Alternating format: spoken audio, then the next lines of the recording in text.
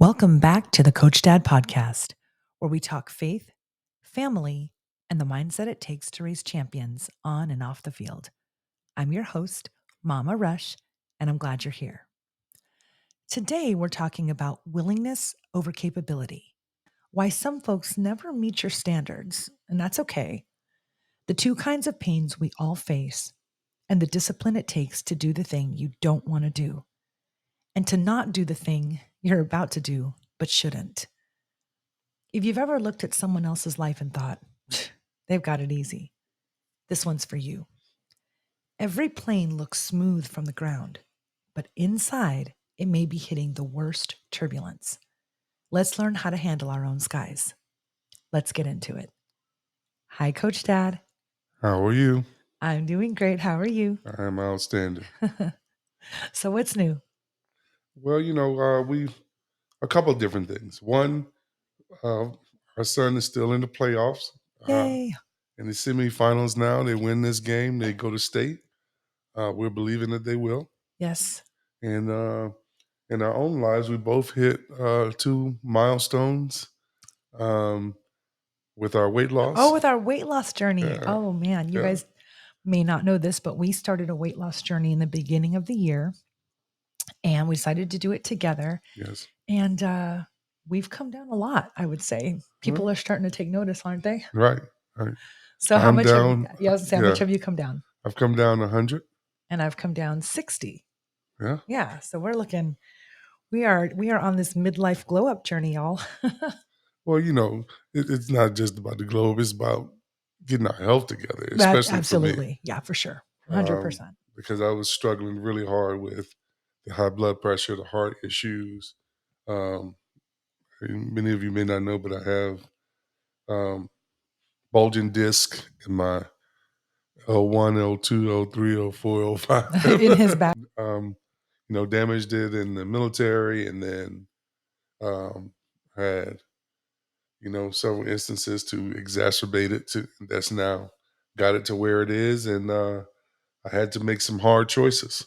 And so, one of the things we're going to talk about today are the two types of pain that comes that changes lives. Pain that hurts or pain that alters? Yeah. Which one are we choosing today? So, just like you talked about, two types of pain: pain that hurts and pain that alters. What's the difference? Pain that hurts doesn't invoke change. It just hurts. It's uncomfortable. Right. But when it hurts bad enough, that's when you decide to make a life change.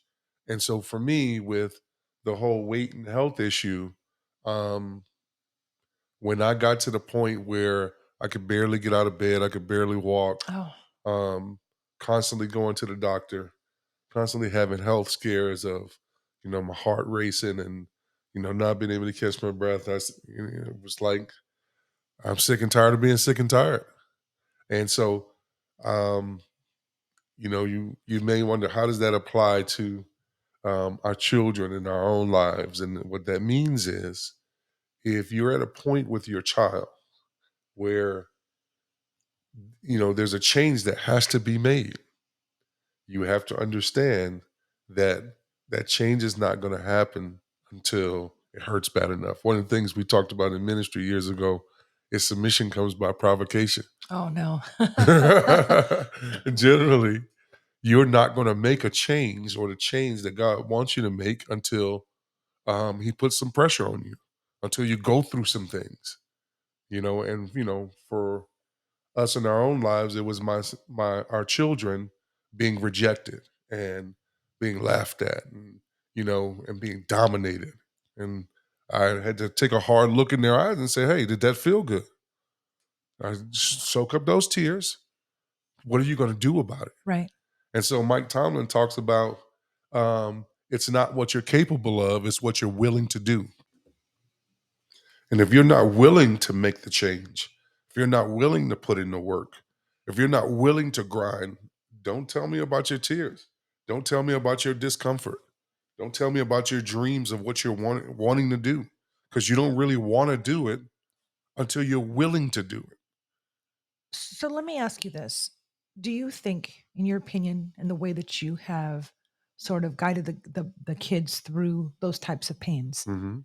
do we change their mindset so that they see pain as something that could be productive? Or it's there's two different kinds of pain always. In other words, if, a loved pet passes on, is there anything productive that comes out of that? In other words, does pain always lead to something productive, or is there always a light at the end of the tunnel of pain? Um, so with both pains, both are beneficial. Just think about, you want to get stronger. You're going to go through the pain Right, you're going to go of through. working out and pushing yourself and getting to that edge of where you've never been before. And that tells you you're on the right track. But when it gets to that point of like max pain, that's when a change is about to occur. That's Got the it. signal that that change is about to occur because you're at a point where something has to go. And would you include in that the pain of disappointment? What again? So we go back to with the boys, it was the pain of disappointment. With Michelle, you know, she lost in the JOs Yep.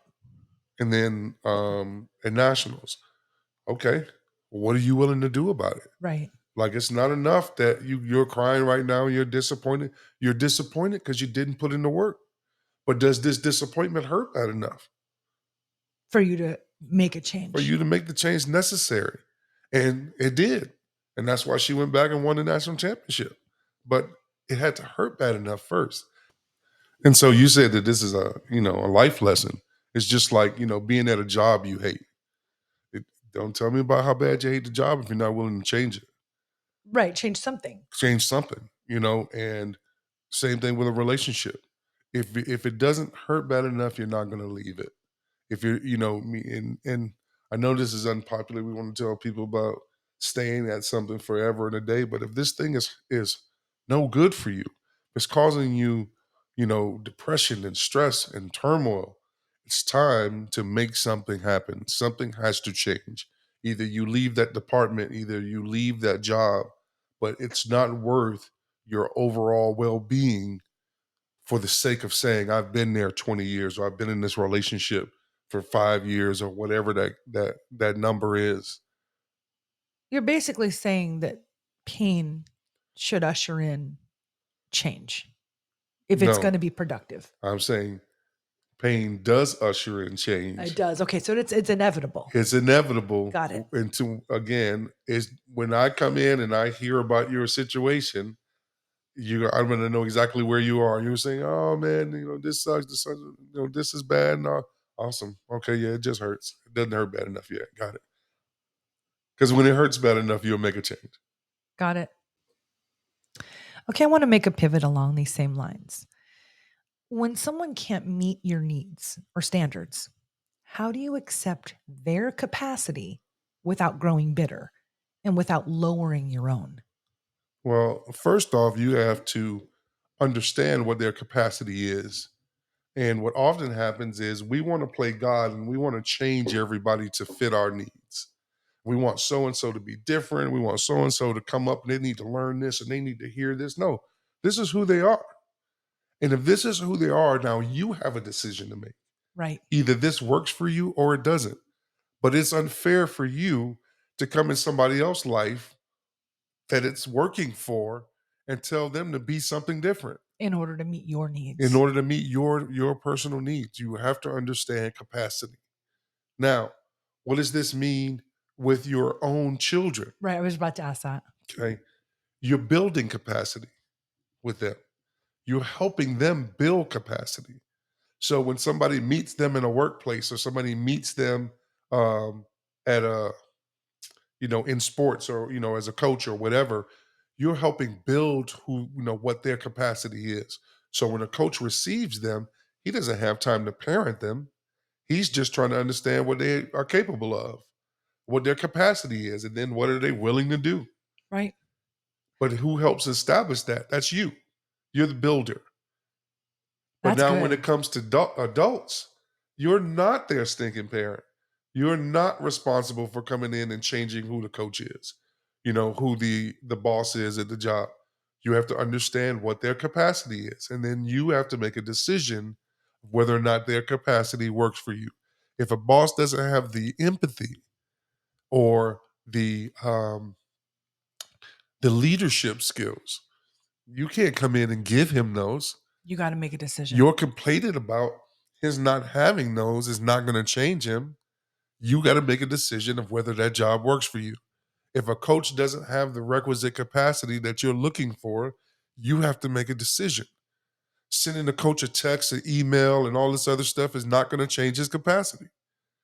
I love that. I feel like that's taking ultimate responsibility That's what for it's about in the end. it's what it If is. the responsibility is always yours, it's your decision to make. Absolutely. But You're again, stop trying to change people and right. understand capacity. With your own child, build capacity so that they can adapt to any environment. I love that.